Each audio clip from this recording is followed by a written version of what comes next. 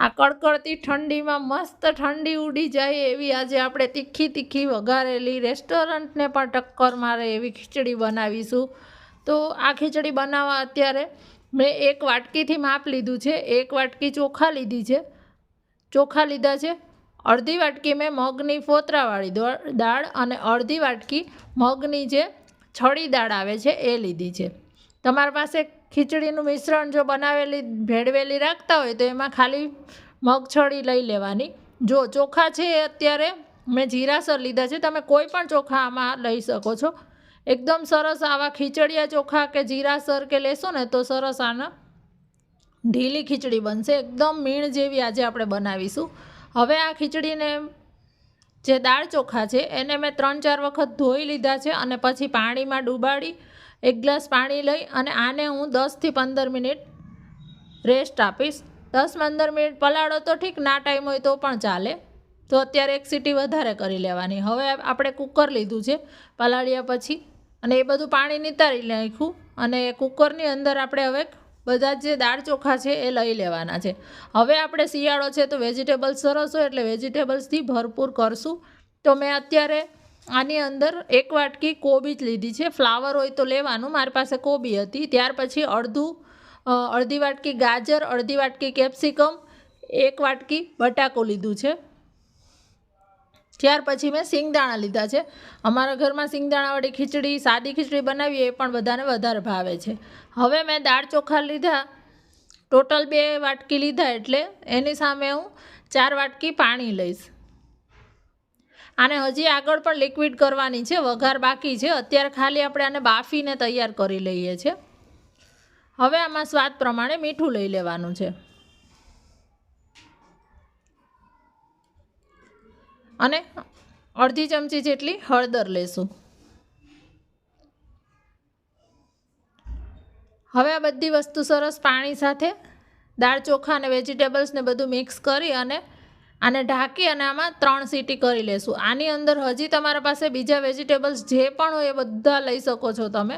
ખીચડીની અંદર રીંગણ કે હોય તો પણ બહુ સરસ લાગે છે. અત્યારે મારી પાસે જેટલા અવેલેબલ હતા એટલા મેં લીધા છે.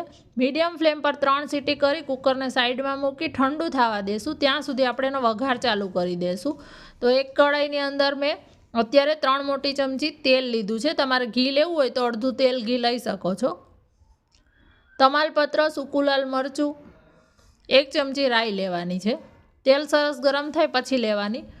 રાઈ સરસ ફૂટી જશે.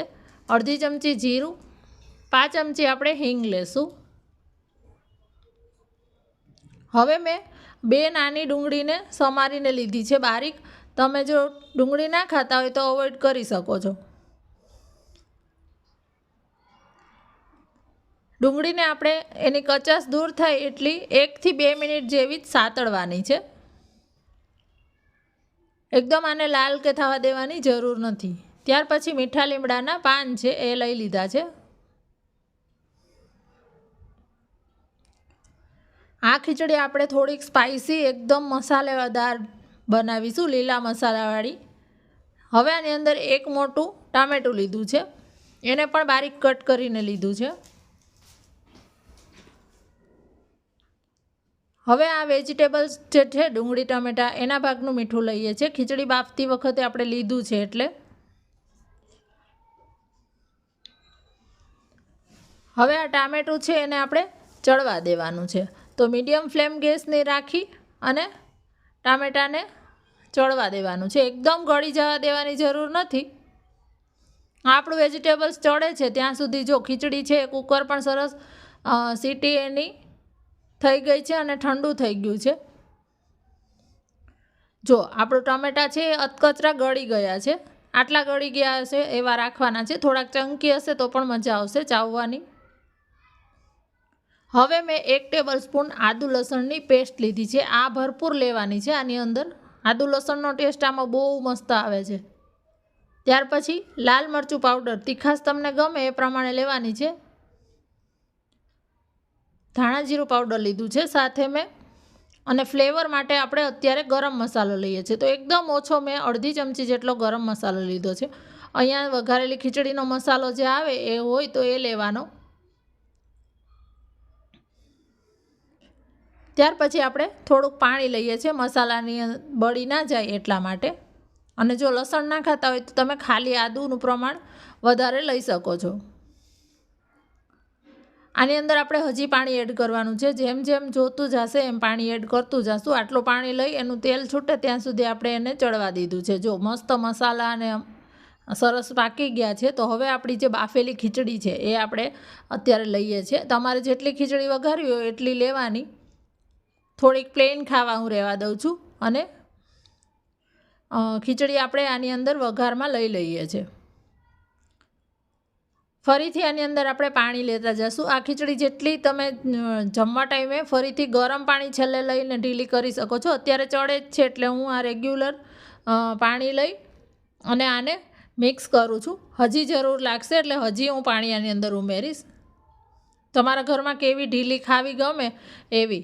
હવે આને મીણવારી કરવા માટે આ રીતનો ગોળ જે ચમચો આવે છે, રાઉન્ડ ચમચો, આપણે ખીચડી રેગ્યુલર બનાવીએ પણ ચડી જાય ને પછી આ રીતે એક વખત કરી લેવાનું. આ રીતે ઘૂંટી લેવાની છે. ઘૂંટી લેવાથી એકદમ મસ્ત મીણ જેવી ખીચડી છે એ તૈયાર થઈ જશે. દાંત વગરના નાના મોટા બધા જ ખાઈ શકે એવી. એનું ટેક્સચર મોઢામાં મૂકતા જ ગળેથી ઉતરી જાય એટલી સરસ છે ને આપણી ખીચડી છે એ બનશે. જો ખીચડી સરસ ચડી ગઈ છે અને ગરમ ગરમ જ આ સર્વ કરજો. દહીં, છાશ, કઢી ગમે તેની સાથે સર્વ કરો. એટલી સરસ લાગશે. આપણી આ ખીચડી છે એ તૈયાર થઈ ગઈ છે. રેસીપી ગમી હોય તો એક લાઇક કરી દેજો. યુટ્યુબમાં જોતા હોય તો સબસ્ક્રાઈબ કરી દેજો અને જો ફેસબુકમાં જોતા હોય તો પેજને ફોલો કરી દેજો અને શેર પણ કરજો.